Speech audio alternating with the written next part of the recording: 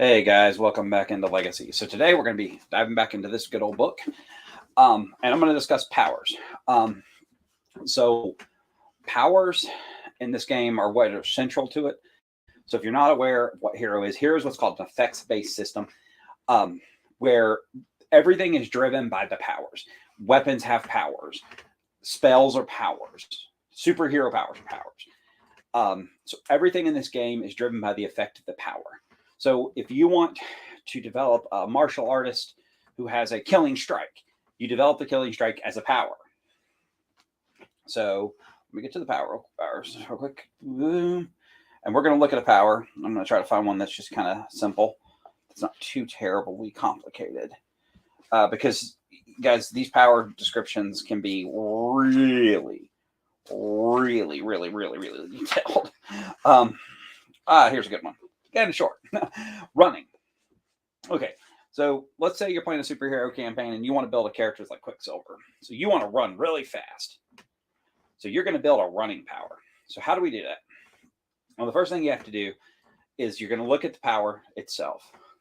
So what we have when you look at the book, and if you have a copy of the book, it's on page 277 if you want to look at this. It tells you what type of power it is, how long it is, how long it lasts, so duration of the power, who it can target, if it has any range, does it cost endurance to activate the power or use the power, and then how much does it cost to grant you additional run speed. So, and then it gives you really good descriptions on it. So this is just an example. This is how it describes running. A character with running, also called ground movement, can run faster than normal. Each plus 1 meter of running costs 1 character point. This adds to the character's normal 12 meters of running. Running cost endurance to use. Even the 12-meter running character you get for free. So even if you're moving the normal speed, you're going to spend endurance because you have the ability to move fast.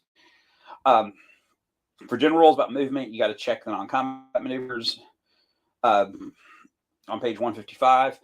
While running has no turn mode, the GM should apply common sense and dramatic sense when evaluating characters' proposed movement paths when they run, particularly at high speeds. For example, rarely, if ever, should the GM let a character accelerate to his full running velocity over the space of just 2 meters by running back and forth repeatedly for as many meters of distance as he needs. That's just foolish. So basically, running power, and this goes into one of the kind of golden rules of Hero, is common sense is the rule. Use your brain. If something doesn't make sense, the power doesn't make sense in that circumstance. Say you have a fire-based power and you're underwater. You're not throwing fireballs underwater. It's just not going to happen. There you go. So what you do when you decide to buy this power is you say, okay, I want to be able to run 40 meters in a round. Okay, cool. 40 minus 12 is 28. So it's going to cost you a base of 28 character points to get that. Okay, now this is where people get lost in Hero, and this is where Hero system powers can get a little wonky. Then you could add things that are called adders, advantages or adders, and things that are called limitations.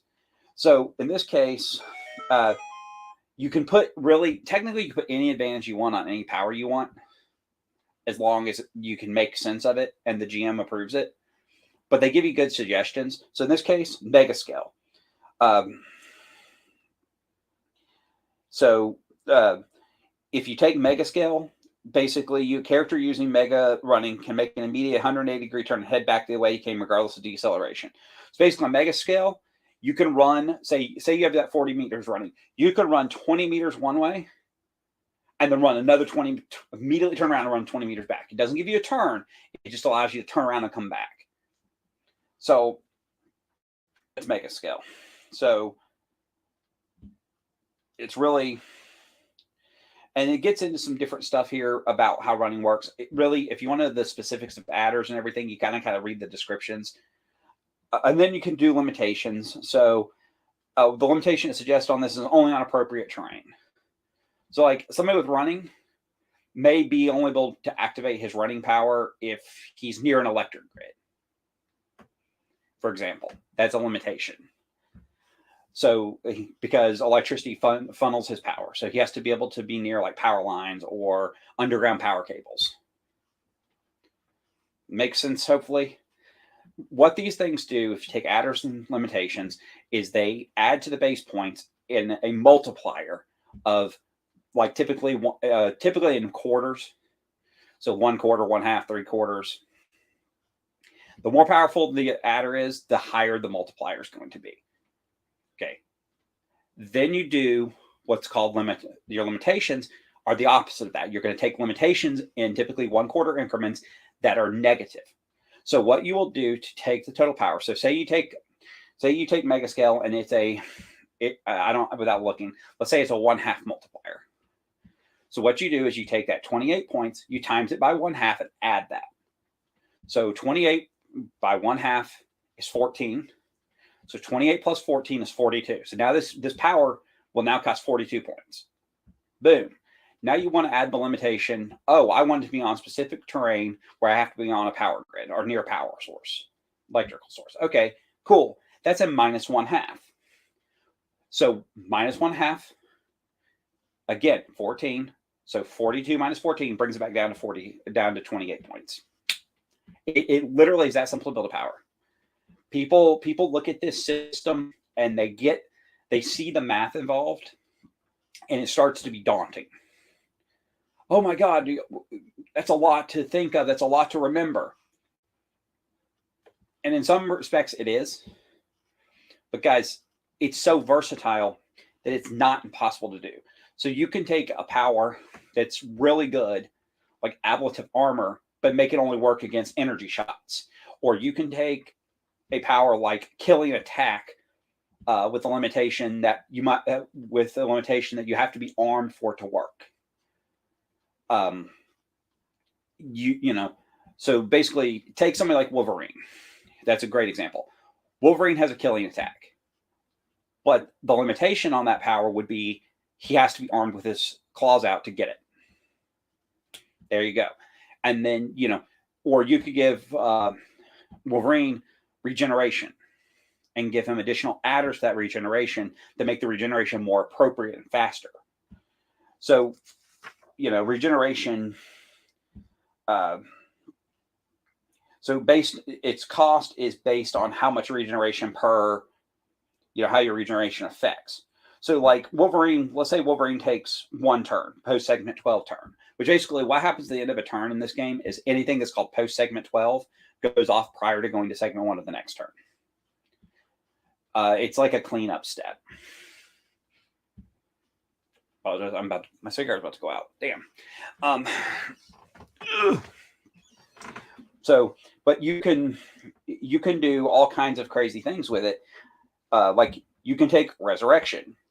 You can take usable by others. You can have like a regenerating shell around you. You can have all kinds of crazy stuff. And that's just an example of Wolverine. So in this case, Wolverine would have the advantages, can kill limbs, because in the comics he's shown that he can lose limbs and grow them back. He's come back from being decapitated before. So that tell you anything. Resurrection.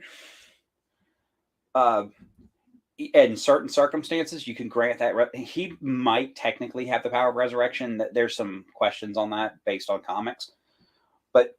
And then for limitations, he can take,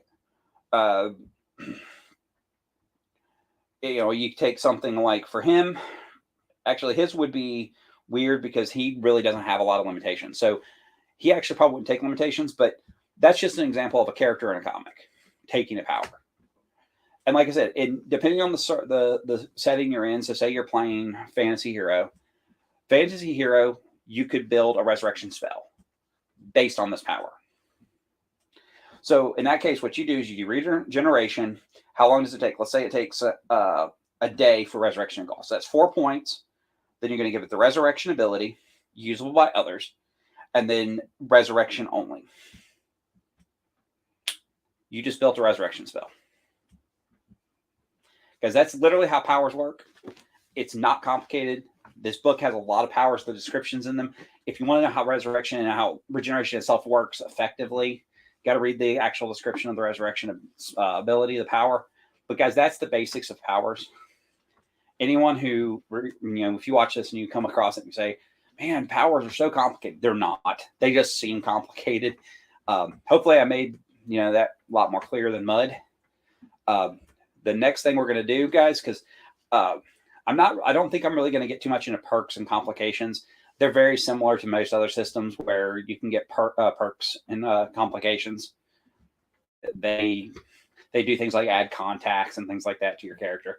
The next thing I do, I'm going to actually do a video where I go through character creation with a character. So you guys can actually see a character for Hero being built. And you'll see all the stuff that I've been talking about in action. So hopefully that helps out. Hopefully these videos have been helpful if you're looking at Hero system or you're curious about a generic system that's a little more, a little heavier, or can be a little heavier. Hero is a great game. This is why I love it.